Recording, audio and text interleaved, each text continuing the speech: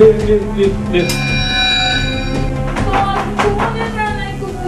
Sige, yan. Ilan taon mo na? 17. Saan ang mother mo? Asa labas na ako. Saan ba nila? Ano ba ka Doon naman sa isang bahay, quote in the act naman yon na yung isang 17 years old ay nasa harap naman ng camera pero hindi pa siya masyadong parang nakikipag-usap muna. Ang suspect po doon sa unang bahay ay nanay at ang ginagamit niya po ay yung kanyang anak na 17 years old. Ito yung mother niya.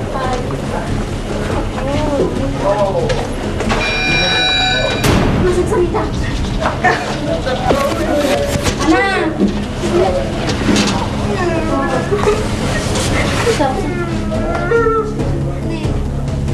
Yung anak ko naman, nagkikipag-chat pero hindi sa kanila. Mga ano lang, mga kaklase niya dati, mga Pilipino. Yun lang naman ang ano niya, yung sa Facebook. Yun lang naman talaga kahit tanongin sa kanya, never siyang naghubad dyan sa harapan ng computer.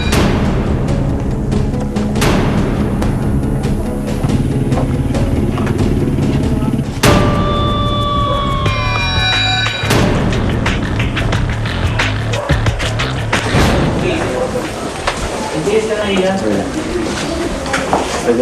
Mag-bihis ka na. Huwag naman ano yun. Para naman ano. Sige na iya. Pangalawang bahay ay may isang bata na nakahubad sa harap ng computer na may camera.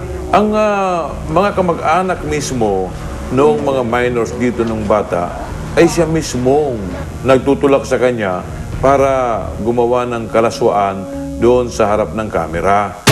Di naman po ako totally kinumbinsi. Tinanong po ako kung gusto ko po ba. Tapos, umahal po ako. Siyempre, alam ko naman po talaga na bawal eh. Pero kan po.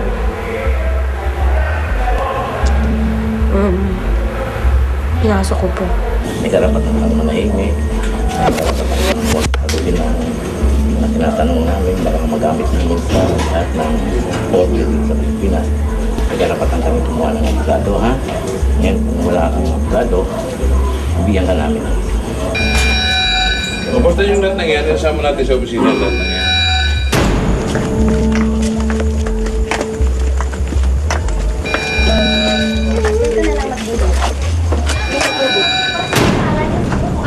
Ba't naka-makeup? Ba't naka-ano?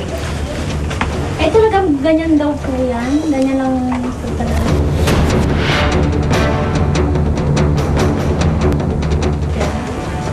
Mahilig lang po siya mag-makeup. Hindi, naka-makeup. Kayo talaga. Binubulit ako. Hindi po. Doon po sa pangatlong bahay, nung tingnan namin, nakakuha kami ng isang nagtatago na bata na nag-iedad 13 years old lamang. At ang sabi niya, siya ay kamag-anak ng mga taong mga naroroon. Pero meron pong nakakapagtaka dahil yung bata po ay fully made up. Naka-make up po siya. Bakit po? Bakit niyo po sasama? Meron din mo din. Sama ko lang sa'yo. Sabi,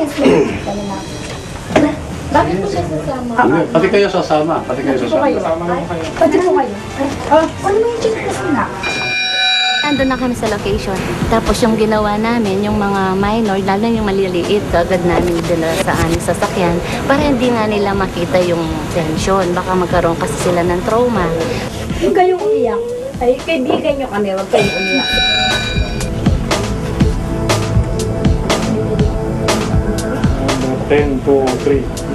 Sinasagawang forensic examination sa computer crime unit upang sa ganon malaman natin yung mga activities na nangyari ng mga nakaraang panahon na siya magiging ebidensya natin laban sa mga subjects.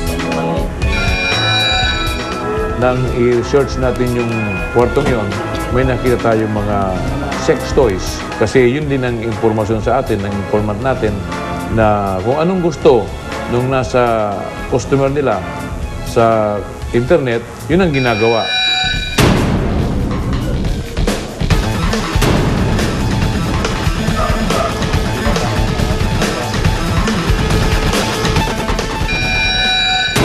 lalo yung kanilang mga magulang at mga adults na siyang nag-traffic sa kanila through internet pornography, yun po ay kakasuhan natin.